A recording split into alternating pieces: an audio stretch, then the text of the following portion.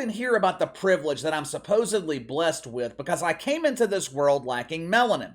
I remember last fall when the Ime Udoka scandal was happening in Boston. Deacon A. Smith over at ESPN was preaching to anyone willing to listen about privilege. This only happens to the brothers. If a white coach is banging the Pepperidge Farm guy, no one ever finds out about it. And believe me, I know it's happened before. I'm Stephen A., NBA insider. But when the black man does it, the scandal is leaked to the media and he loses his job. It's that damn privilege, damn it! I'm constantly hearing about my supposed privilege. It's like I was given this unbelievable superpower at birth. According to the deacons at Woke United Methodist, if I'm pulled over by the cops, I'm not getting a ticket. I'm not going to jail. The cops are blinded by his whiteness. If I apply for a job, which, God willing, I will never be in that position again, if the worst ever happens and I had to give up this lifestyle and this channel that I love, go ahead and find the grief counselor. Get the depression medications ready because I'm going to need them. But anyway, if I apply for a job, I am automatically given the position based on my privilege. They all take care of each other. Pick any situation, and the shitfucks can twist the narrative into a case of white privilege. Which is why I am incredibly confused when it comes to transgender athletes in sports. Most of these athletes are white men, right? They're either currently white men, they're in the middle of transitioning from white man to white woman, or they have fully transitioned and have become the younger version of Rachel Levine. Either way, most of these athletes competing in women's sports identified as a white male at some point in their life. So, how come we're not hearing complaints in the mainstream media of white privilege? I can't think of any greater privilege than being allowed to compete against the opposite gender, where you have an obvious physical advantage, and being allowed to take prize money they have worked their entire lives to earn. Does that sound like privilege to you? How many of you guys have ever heard of Austin Killips? If you haven't until now, you're going to hear a lot more about it. Austin Killips is being described as the next Lia Thomas. I am sure that's an honor. I'm sure that's something mom and dad can be proud of. At least Will Thomas had enough dignity to change the name to Lia. At least Will went the extra mile to try to be more feminine. From what I can tell, Austin Killips is the actual birth name. I don't know that for sure, but that's just from what I can tell. Austin has taken the professional cycling world by storm. This could be the next Lance Armstrong. Not so sure about that. If I remember correctly, I think Lance Armstrong was on the gas, PEDs. I don't remember Lance Armstrong ever taking puberty blockers. I don't remember Lance Armstrong going to the doctor asking to sacrifice his carrot for the greater good. Over the last couple of years, biological male Austin Killips has been allowed to compete in cycling against women. October 2021, Austin Killips became the first transgender female to compete in the Cycling World Cup. Austin ended up finishing in 36th place, but that's okay. That's okay.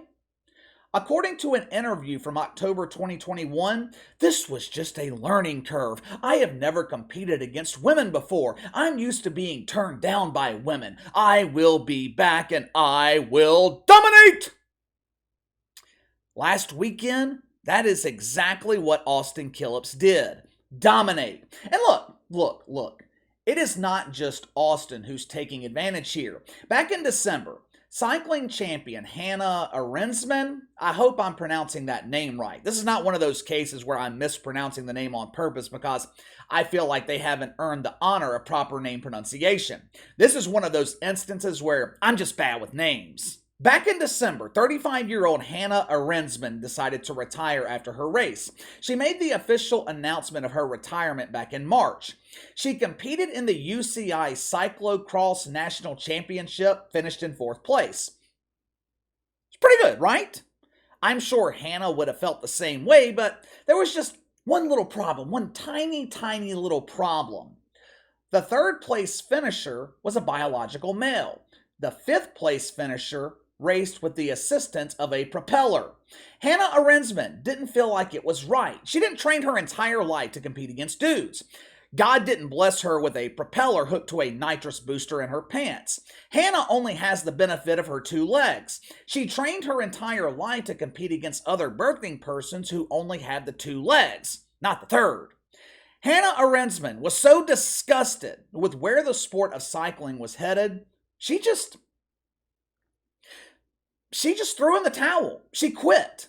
The woman who won the race, which forced Hannah into retirement, that woman was named Tiffany Thomas. God only knows what her male name used to be. For all I know, Tiffany used to identify as Harry Carey. After winning the race, Tiffany said, "I feel like a superhero." A superhero? Really? Isn't that kind of like a conflict of interest? Now, me personally, I have never been a comic book nerd, but I've always been under the impression that superheroes were male. Superman, Batman, Aquaman, X-Men. Hannah Arensman trained her entire life to compete professionally in cycling. Tiffer the Bongo Sniffer, she didn't start training until she was 40 years old. Within 5 years, Tiffer was one of the top female cyclists in the world. Somehow, transgender females dominating women's cycling has completely flew under the radar. I did not know it was this prevalent until yesterday. You show up to a woman's race, you have no idea who in the hell you're competing with. Last weekend, UCI held a race in New Mexico. It was called Tour of the Gila. Not to be confused with Tour of the Lia, which is a documentary film covering the heroic journey of Lia Thomas as she redefined what it meant to feel like a woman. This race last weekend in New Mexico, it was special. It was a history-making moment because it represented another first. And you guys know how much the Wanker Spankers love a first. For the first time ever, UCI had equal prize money for both the men and the women's division. UCI, we are committed to equity. In past years, our prize purses have failed to be equitable. Toxic masculinity was rewarded with more money. This was an example of injustice. Going forward, men and women will win the same amount of money.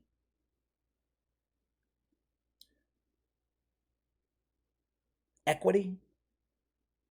Are you really boasting about your equity? Is there a new and improved definition of equity that I don't know about? According to Google, equity is defined as the quality of being fair and impartial. So let me make sure I'm understanding this correctly. UCI is concerned about financial equity. They want to make sure men, women winning equal amounts of money. That's fine. It's all well and good. But let me ask you this. How is it equitable to allow biological men to race against the women you're so concerned about and take their equitable prize money? Someone please explain to me the equity in that scenario. Last weekend in New Mexico, Austin Killips' lifelong dream came true. After years of adversity, after years of hard work and perseverance, countless hours on the Schwinn, training and greasing that propeller, Austin Killips went out and beat a bunch of girls in a bike race. What a accomplishment! Austin was overjoyed with the win. I finally done it! I'm a real champion! Champion of what? If I wake up tomorrow morning and I decide I'm going to identify as a 6-year-old, I go out to my nephew's Little League and I dominate the competition. Am I a champion? Am I an elite athlete? No, I'm in need of serious therapy. After the race, UCI competition director Michael Engelman was interviewed. Now, I'm assuming with the name Michael, he identifies as a man. After hearing his voice, it wouldn't surprise me if his birth name was Martha and he's now choosing to identify as Michael. But he was asked why Tour of the Gila was silencing responses on social media. They put something on Twitter congratulating Austin Killips for winning the race.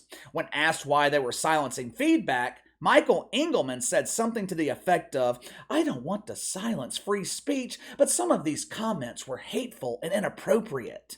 Translation, I don't want people questioning why we allowed a transgender female to compete against biological women.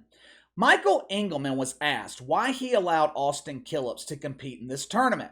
He deflected by blaming UCI and their rules. Instead of taking a stand, Michael Engelman chose to comply.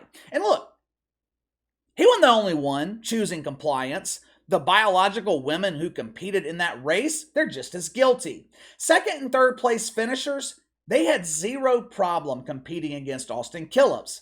They said absolutely nothing at the conclusion of this race, besides, of course, congratulating the pretend winner. Look. I can sit here and call this out every day of the week. Other common sense media personalities, they can do the same thing. But this destruction of women's sports, it is not going to stop until the female athletes take this stand on their own. If the biological women refused to compete last weekend, who would Austin Killips race? This is going to continue to happen until women take a stand for themselves. I am not familiar with the world of cycling, but from what I can tell, it might be too late for them. The root has been planted in the world of cycling. What sport is next? Where do we go from here? Are we going to allow it in boxing? Instead of sending guys to Europe who can't make the NBA, why don't we keep them here at home and let them play in the WNBA? Where does it end? The answer is it doesn't, unless female athletes take a stand themselves. But give me your thoughts. We have seen this movie before, biological males beating biological females. To be honest with you, it's getting kind of boring at this point. You guys might know more about cycling than I do. Maybe some of you can give us further insight. How bad is it in the world of cycling? From what I can tell, it's pretty bad, but you let me know. Sound off in the comments below. Make sure to like and subscribe. Click the notification bell to receive all notifications from the channel. Best way to contact me is by email at btlkc84@gmail.com, KC_BTL84 on Twitter. I'll see you guys tomorrow.